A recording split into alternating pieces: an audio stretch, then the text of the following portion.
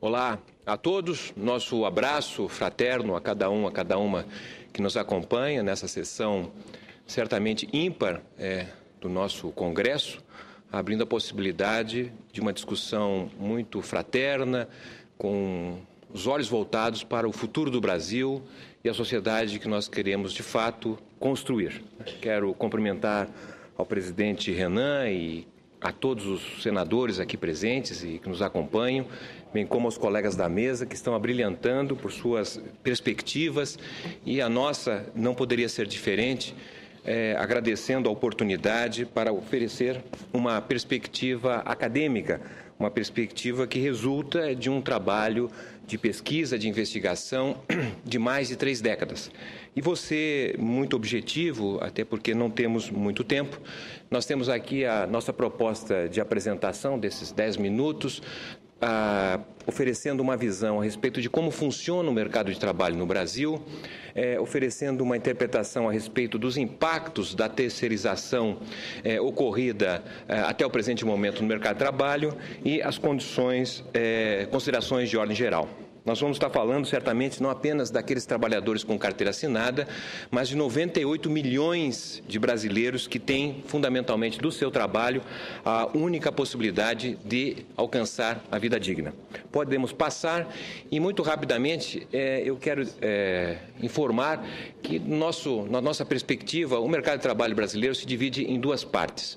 Uma primeira parte constituída por aquilo que os especialistas denominam chamado mercado de trabalho externo. Externo porque ele, na verdade, não conta, de maneira geral, com possibilidades de alguma segurança ou, até então, uma progressão funcional e salarial. São empregos mais simples, em geral, associados às micro e pequenas empresas, submetidos a uma elevada rotatividade do ponto de vista do emprego, dificuldade enorme para acesso ao sindicato e, ao mesmo tempo, pouca requisito na contratação em relação à escolaridade, à qualificação. São ocupações, em geral, prisioneiras fundamentalmente do valor do salário mínimo. Nós temos um outro segmento do mercado de trabalho, conhecido como mercado de trabalho interno às empresas, especialmente as empresas médias, empresas grandes e super grandes empresas, onde se constituiu o plano de cargos e salários, o plano de funções, posições e progressão salarial ao longo do tempo, à medida que esse trabalhador vai permanecendo mais tempo na mesma empresa. Então, nessa situação, nós temos o emprego com menor rotatividade, é um emprego onde há presença do sindicato, onde há presença da negociação coletiva de trabalho e, de certa maneira, a remuneração ali ofertada é, em geral, acima do salário mínimo. De forma muito simplificada, seria esta as principais movimentações do mercado de trabalho brasileiro. Se nós passarmos para a próxima lâmina, nós temos aí, então, uma separação do ponto de vista da produção nacional, do produto interno bruto, como é a participação dos trabalhadores e empresas envolvidas nesse segmento interno do mercado de trabalho e do mercado externo do trabalho. Como é possível perceber, os trabalhadores envolvidos nas empresas que têm o mercado interno de trabalho respondem por cerca de 69% de toda a produção do Brasil. Essa produção é feita fundamentalmente por um pouco mais de 1/3 dos trabalhadores que estão submetidos a esse tipo de emprego, que é um emprego de melhor qualidade, um emprego que tem uma progressão funcional, que é o emprego do segmento direto, segmento interno do mercado de trabalho. E esses trabalhadores têm uma produtividade média anual de R$116 mil ao ano. Se nós analisarmos como são as condições de produção, trabalho e produtividade no chamado mercado externo de trabalho das empresas, nós percebemos que elas representam 31% do total da produção brasileira, deriva dessas empresas que ofertam emprego para 66% dos trabalhadores, e a produtividade é uma produtividade de apenas R$27 mil ano. Então, temos aí uma diferença significativa do comportamento do mercado de trabalho brasileiro. Se nós passarmos para a próxima, eu vou ser ainda mais rápido, não vou entrar nos detalhes, mas aí nós temos a evolução deste mercado de trabalho por segmentos entre os anos de 1960 ao ano 2000. O que nós podemos perceber? Que o mercado de trabalho interno, ele representava apenas 14,5% de 1960, quando talvez muitos que nos acompanham não tinham ainda nascido. Um período ainda que estamos em transição de uma sociedade agrária para uma sociedade urbana industrial. Em 1985, o mercado de trabalho interno às grandes empresas passa a responder quase 50% do total das ocupações. Estamos caminhando no sentido do que se percebia nos países desenvolvidos, como os Estados Unidos, que chegou a ter 75% dos seus ocupados empregados no mercado interno de trabalho. No entanto, a partir dos anos 90, nós observamos uma redução do peso do segmento interno do mercado de trabalho, que caiu, então, de algo como 49,4% para 37%, que é o que hoje nós temos e que representa esse segmento de trabalho de melhor qualidade. Oi. Outra apresentação, outro slide, mostra em detalhes como é configurado as características desses dois mercados de trabalho, em que nós temos ali a presença no mercado interno de trabalhadores com mais alta escolaridade, trabalhadores com maior remuneração, a presença com maior, trabalhadores com mais de 10 salários mínimos, é onde temos os trabalhadores com maior faixa etária, acima de 30 anos, e trabalhadores com mais tempo de serviço na mesma empresa. Isso formaria fundamentalmente um núcleo duro que é necessário as empresas poderem operar.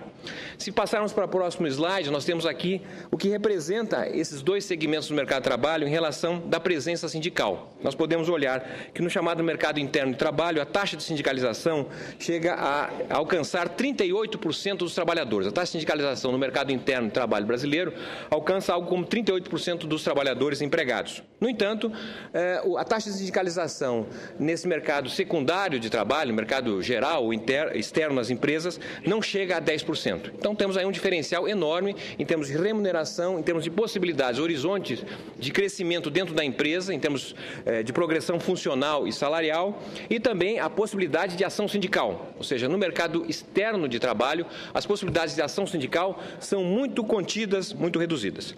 Estamos na segunda parte, encaminhando já para o final, e trazemos aqui o próximo item que apresenta um estudo feito por nós no estado de São Paulo, né, a trajetória desde 1985 da expansão do emprego e das empresas de terceirização naquele estado. E nós temos, de fato, praticamente até o início dos anos 90, até antes do Plano Real, né, nós tínhamos uma presença do emprego terceirizado relativamente muito baixo no Brasil e também com conteúdo muito pequeno de empresas que operavam nesse segmento. A partir da estabilização monetária, a partir de 94, 95, nós temos um crescimento enorme da terceirização no Brasil, especialmente em relação à questão do emprego e também à expansão das empresas. No estado de São Paulo, chegamos a ter, na segunda metade da década de 90, para cada 10 empregos criados, 7 foram de origem da terceirização. O que nós podemos fazer alguma associação, entre parênteses aqui, entre as condições de produção que se estavam estabelecidas nos anos 90, não é? E a necessidade de usar a terceirização. Isso, de fato, é algo que tem a ver com aumento de produtividade ou com a situação desfavorável do ponto de vista da produção num momento tão difícil. Passamos para o próximo slide e temos aqui a evolução da composição do mercado de trabalho no setor bancário. A parte em vermelha apresenta os trabalhadores diretamente contratados no setor bancário. E a parte em azul representaria os trabalhadores subcontratados no setor bancário. O que nós observamos a partir da segunda metade dos anos 90 foi uma regressão da participação de trabalhadores contratados diretamente pelo setor bancário brasileiro e uma explosão de pós-trabalhos associados ao mercado secundário, ao mercado externo de trabalho. Então, hoje, se nos anos 80 nós chegávamos a ter quase 50% dos trabalhadores do setor bancário contratados diretamente pelos bancos, hoje nós temos alguma coisa ao redor de 15% a 16%. Então, essa é a evolução, dois setores importantes a demonstrar.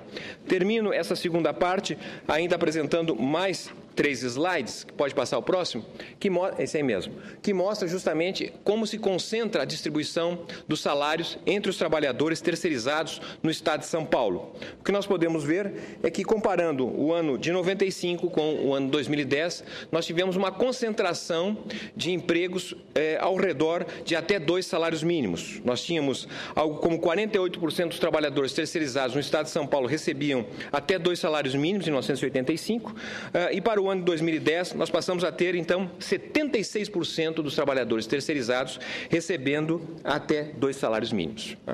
Bom, podemos olhar ainda na próxima lâmina a relação entre o salário dos trabalhadores terceirizados no Estado de São Paulo com o conjunto dos ocupados e percebemos justamente que há uma inalteração da relação do salário do terceirizado com o não terceirizado.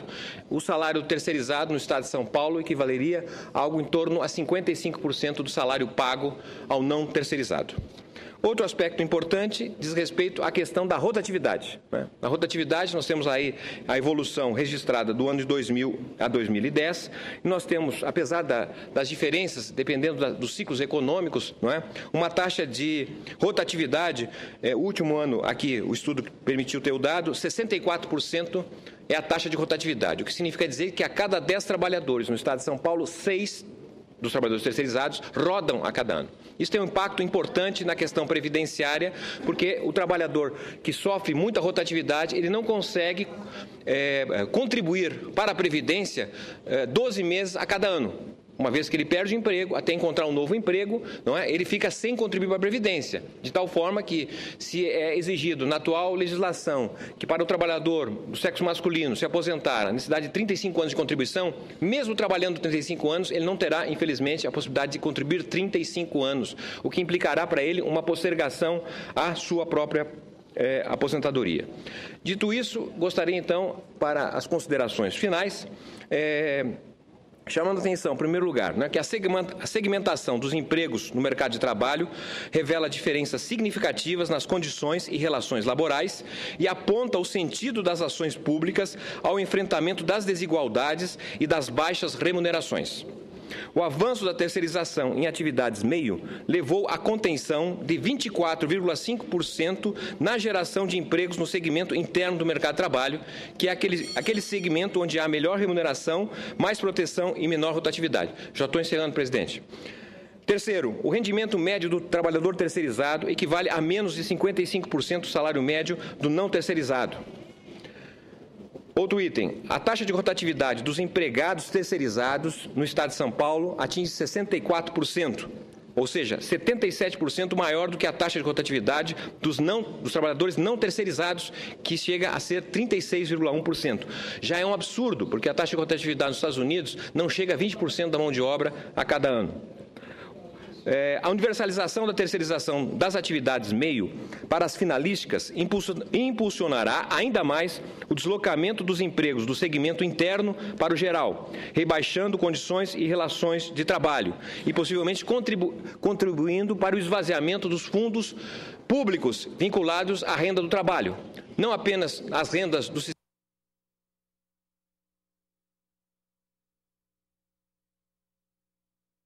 Estão me ouvindo? Bom, em função dessa mudança, da substituição do trabalhador empregado assalariado por um trabalhador cooperativado, por um trabalhador por conta própria, por um trabalhador de consultoria, autônomo e assim por diante. E, por fim, imagina-se que nesse início do século XXI, a aprovação de um projeto de lei dessa natureza poderá jogar o Brasil numa situação paradoxal, de situar-se entre as economias mais avançadas do planeta e ter o funcionamento do seu mercado de trabalho retrocedendo ao período inicial da abolição da escravatura, quando quase 9 a cada 10 ocupados recebiam ao redor do piso salarial e viviam sem horizonte de progressão do padrão de vida. A desigualdade tende a seguir ainda mais expressiva por este caminho. Muito obrigado.